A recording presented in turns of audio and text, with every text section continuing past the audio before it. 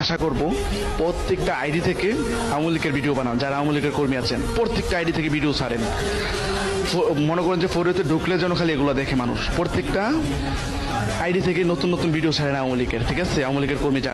আলহামদুলিল্লাহ আমরা আবারও জয়ের দিকে হাঁটতেছি, বাংলার আওয়ামী লীগ জেগে উঠেছে আলহামদুলিল্লাহ।